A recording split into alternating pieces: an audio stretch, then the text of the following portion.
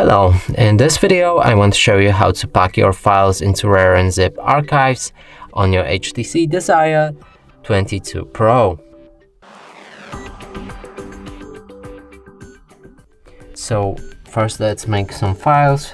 I'm just gonna take one picture.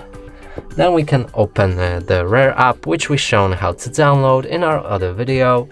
Now navigate to the folder that contains your files. Here's a picture, so we need to click on it. Then click on this plus button. We'll enter archiving options. And now you can change any options. You can experiment with it. I'm just gonna go with a name.